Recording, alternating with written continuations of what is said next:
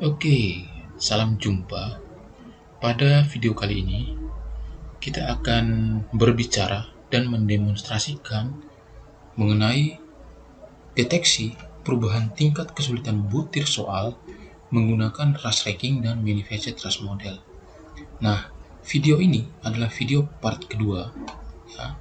Nah, video part pertamanya adalah ini ya. Jadi video part pertama itu kita bicara mengenai deteksi perubahan kemampuan pemecahan masalah siswa. Ya. Jadi kalau di video part pertama, ya kita bicara mengenai deteksi perubahan kemampuan pemecahan masalah siswa, maka di part kedua ini kita bicara mengenai deteksi perubahan tingkat kesulitan butir soal. Nah, jadi selain perubahan kemampuannya dari siswa, kemampuan pemecahan masalahnya, kita juga bisa melihat perubahan pada tingkat kesulitan butir soalnya, ya. Nah, kita akan menggunakan penggabungan antara Rush Ranking dan Manifested Trust Model. Nah, di video yang pertama itu mengenai deteksi perubahan kemampuan pemecahan masalah siswa. Nah, kita menggunakan Rush Taking ya dan Manifested Trust. Nah, sedangkan di kali ini kita akan menggunakan Rush Ranking. Nah, apa sih perbedaan antara Rush Ranking dan Rush Taking? Nah, kalau Rush Taking yang ini ya, kalau Rush Taking itu dia ingin menganalisis ya.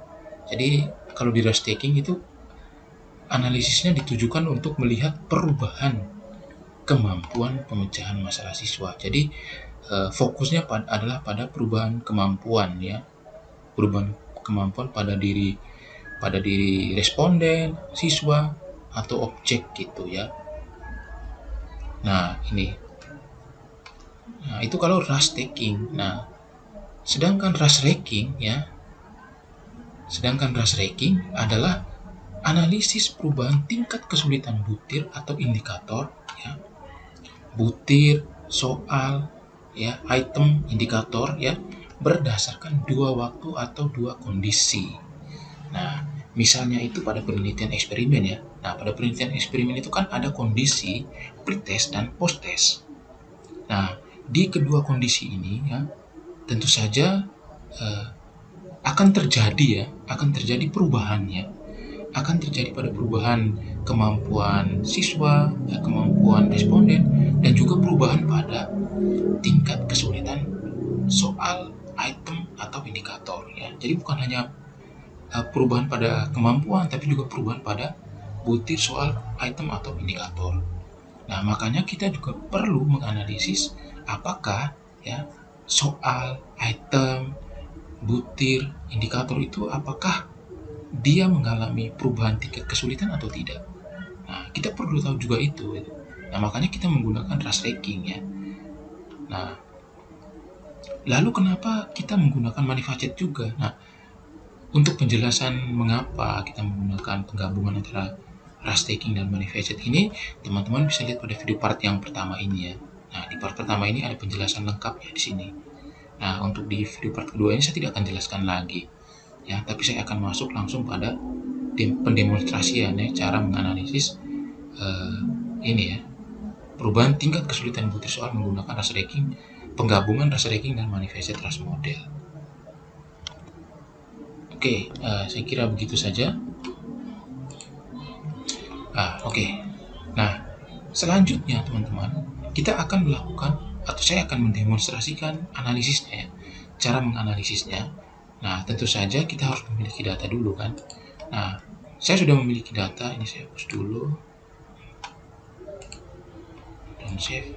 Nah, saya sudah memiliki data. Ini data sama seperti pada video yang pertama ya, di part pertama. Nah, kita memakai data yang sama pada video yang part pertama. Nah, ini adalah data pretest ya. Ini adalah data pretest. Lalu ada data post-testnya. Nah, kalau teman-teman lihat di sini itu ada butir soal.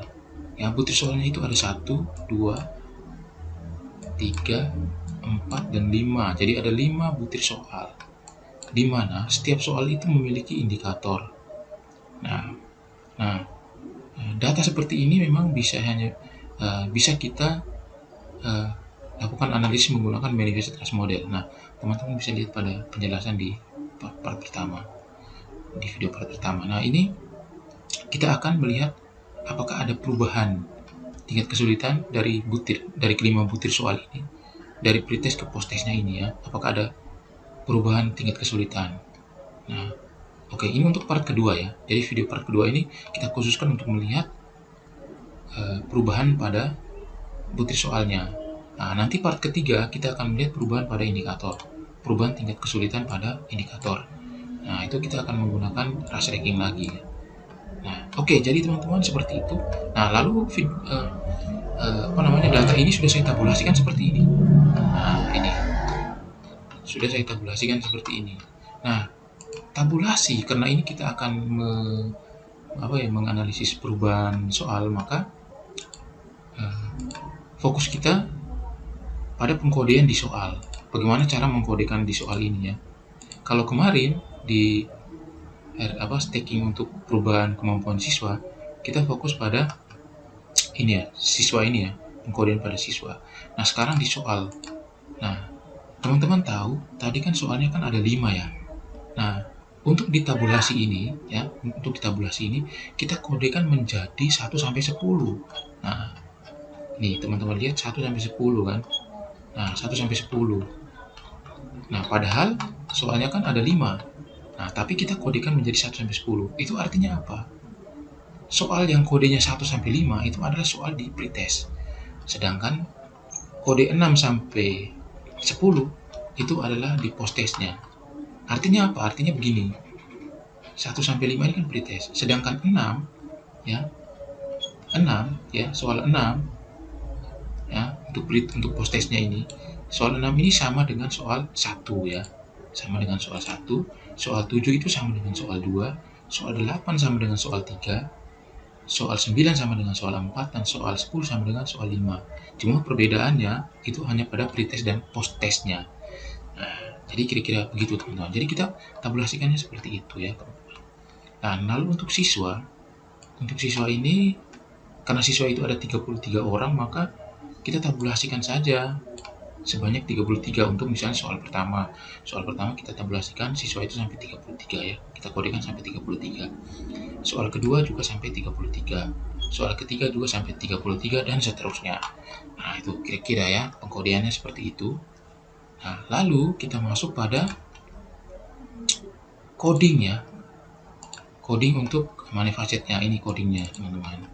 Nah, ini codingnya di sini. Saya tutup dulu ini. Terlalu banyak, saya tutup. Nah, ini teman-teman. Ini pengkodingannya seperti ini ya, pengkodingannya seperti ini. Nah, teman-teman lihat yang di atas ini adalah codingan yang sudah default ya. Nah, sudah baku. Jadi kita hanya perlu mengubah misalnya facetnya ini. Facetnya ini karena saya ada 3 facet, labels, labels siswa dan indikator, sehingga facetnya ada 3. Tapi kalau teman-teman punya facetnya 4 ya di sini tulis 4. Lalu model ini teman-teman. Nah, model ini kan ada tanda tanyanya kan ada 3, itu mewakili 3 facet ini. Nah, lalu yang saya lupa menjelaskan di part pertama itu adalah R4 ini. Nah, R4 ini adalah maksudnya rating atau skornya. Nah, teman-teman lihat di sini, di skor. Di sini, teman-teman. Nah, di sini, teman-teman. Nah, kalau teman-teman lihat skor ini ya, skor ini itu kan berkisar dari 0 sampai 3 kan. Berarti ya, ratingnya itu ada 4 kan. 0, 1, 2, dan 3. Berarti ada 4. Ada 4 gitu kan. Ada 4 4 rating gitu ya. Nah, jadi kita jadikan di sini R4 gitu, R4. Lalu kemudian vertical rules-nya. Nah, vertical rules ini teman-teman, ini kan ada tulisan 231. 231 ini mewakili 3 facet ya, mewakili 3 facet. Lalu teman-teman lihat ada bintang ini. Nah, teman-teman lihat 2. Nah, 2 ini kan ada di pertama ya. 2, 3, 1 ya. Urutannya 2, 3, 1. Bukan 1, 2, 3 tapi 2, 3, 1. Nah, 2 ini artinya siswa. Artinya di vertical rules ini yang akan saya munculkan di sebelah kiri yang pertama itu adalah siswanya. Lalu 3 ini adalah indikator, lalu 1 ini soal. 1 ini soal. Nah, kita lihat di sini di 2 ini kan 2 dan 3 ini ada bintang, sedangkan di 1 ini A.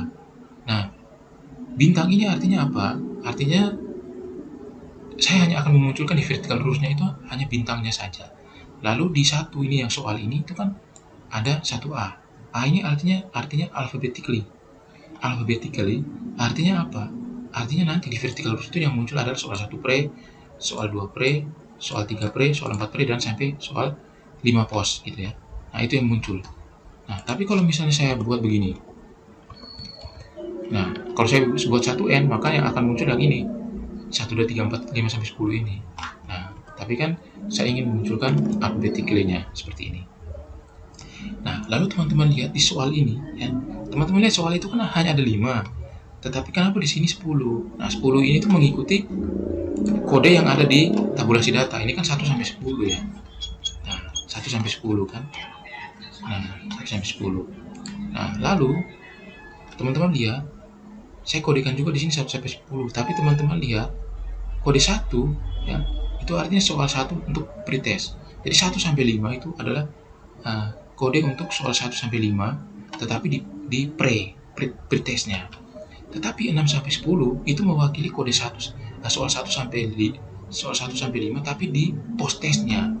Di mana 6 itu adalah soal 1 untuk postnya, 7 itu soal 2 untuk postnya, 8 itu soal 3 untuk postnya, 9 itu soal 4 untuk postnya, dan 10 itu soal 5 untuk postnya. Nah, kita buat tabulasi seperti ini. Lalu, jangan lupa teman-teman, di sini data ini, kita perlu memasukkan data. Nah, data ini kita ambil dari mana? Dari sini, dari tabulasi data ini ya. Dari tabulasi data ini. Jadi kita tinggal mengcopy saja ini, ya, mengcopy data ini. Kita copy,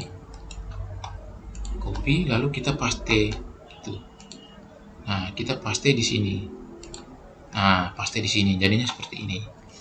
Nah, lalu kita save. Ya, kita save. Nah, kita save ya. Nah, kita save. Lalu kembali. Nah, ini sudah ada di sini ini. Lalu kita tinggal drag saja ini. Kita tinggal drag ke Unifact-nya seperti ini, lalu OK. Lalu open. Kita tunggu beberapa saat.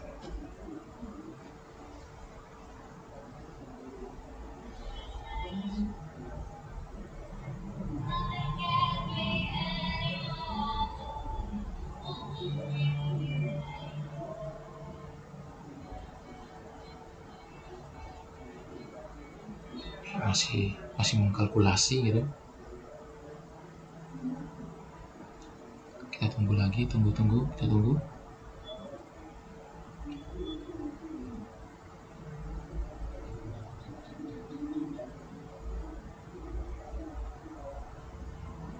Ya, nah ini sudah muncul notepad-nya. Nah, yang kita lihat itu adalah vertical rules-nya ini. Nah, ini teman-teman. Nah, disinilah hasilnya. Nah, untuk kita melihat perubahan pada tingkat kesulitan soal. Nah, mari kita lihat satu persatu. Soal 1. Nah, soal 1 pre itu ada di sini. Ya, letaknya ada di sini. Di sekitar 0 sekian-sekian. Nah, postnya itu ada di bawah. Nah, artinya apa? Soal 1 ini mengalami penurunan tingkat kesulitan ya. Karena pre-nya ada di atas daripada post. Sehingga soal 1 ini mengalami penurunan tingkat kesulitan. Lalu soal 2 kita lihat. Soal 2 pre-nya ada di sini, postnya ada di bawah. Artinya apa? Soal 2 ini juga mengalami penurunan tingkat kesulitan. Lalu soal 3.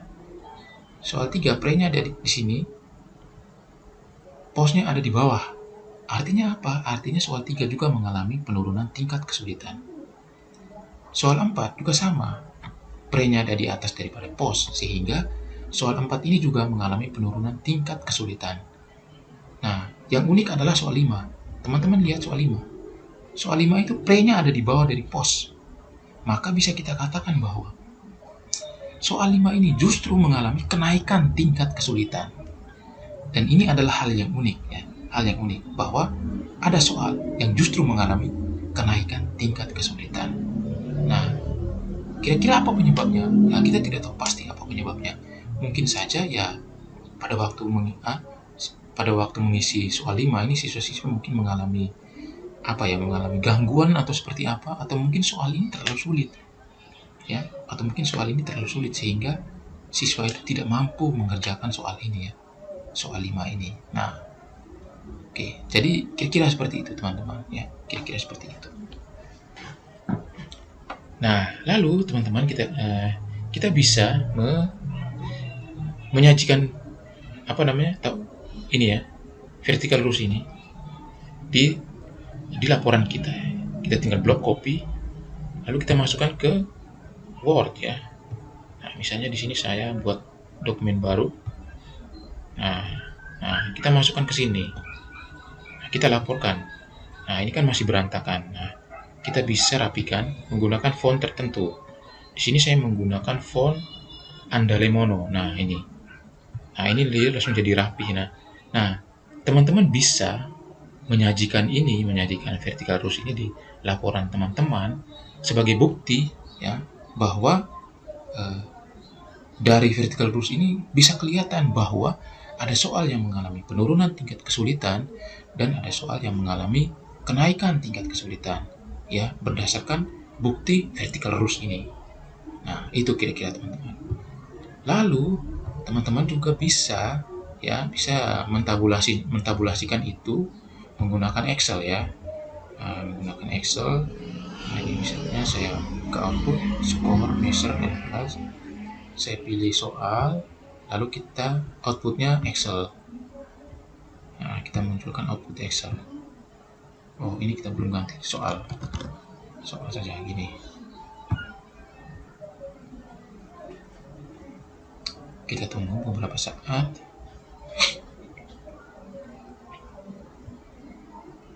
Nah, ini sudah muncul Excel-nya.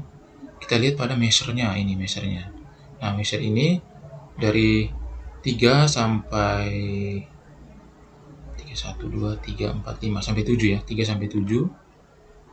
Nah, itu adalah pretest-nya. Ini copy. Saya copy, saya masukkan ke sini. Saya tulis saja ini pretest. Nah, saya masukkan ke sini.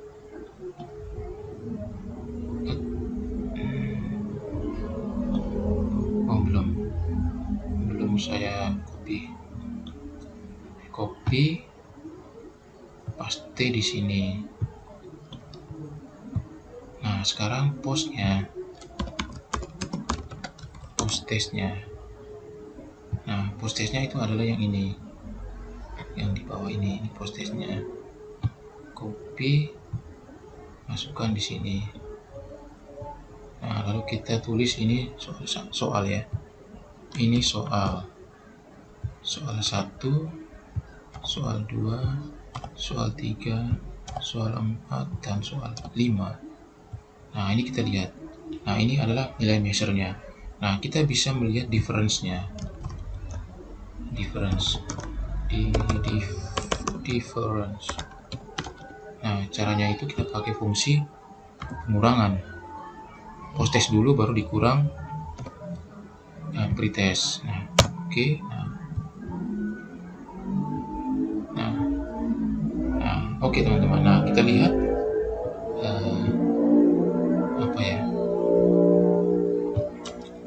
kita lihat perubahan tingkat kesulitannya ya. Perubahan tingkat kesulitan. Nah, kita lihat di difference ini. Kalau misalnya difference ini ya, difference itu dia nilainya minus ya, nilainya minus gitu ya, berarti itu terjadi penurunan tingkat kesulitan. Nah, ini kan kita lihat soal 1 itu kan minus ya difference-nya, berarti dia mengalami penurunan tingkat kesulitan gitu ya. Nah, lalu nomor 2 juga sama, penurunan. Nah, nomor 3 juga sama, penurunan. Nomor 4 juga sama, penurunan. Nomor 5 itu yang kenaikan tingkat kesulitan. karena nilainya positif, difference-nya, tingkat kesulitan.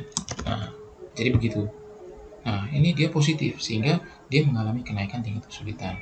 Nah, kalau kita lihat nilai measure-nya juga naik kan, dari 0,43 di pretest menjadi 0,68. Terjadi peningkatan measure gitu, peningkatan logit. Maka bisa kita katakan terjadi kenaikan tingkat kesulitan. Nah, ini memang hal yang unik gitu. Ada soal yang mengalami kenaikan tingkat kesulitan gitu.